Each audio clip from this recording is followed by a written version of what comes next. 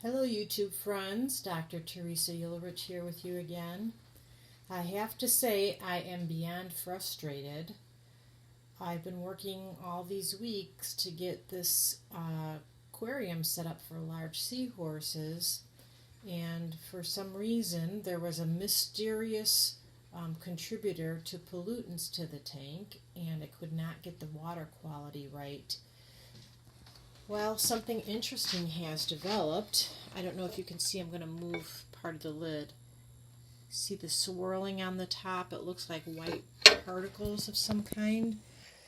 When I first noticed them a couple weeks ago, when they were not anywhere near as in abundance as they are now, I thought it was just leftover floating particles from salt mix that still needed to dissolve.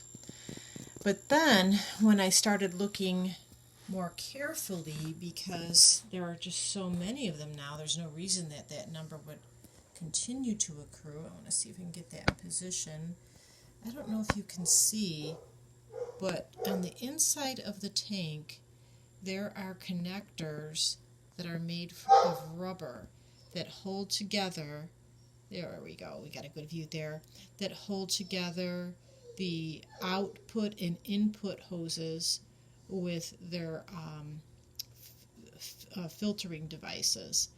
And if you look carefully at this one, you can see it looks like that it is flaking off from the rubber, which is so strange because this is the from the canister filter, and I'm pretty sure those are designed for salt water.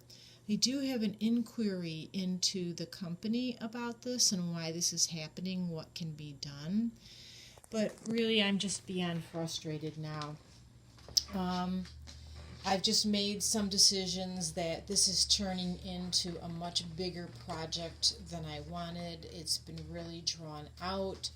So I am going to completely switch gears and start from scratch.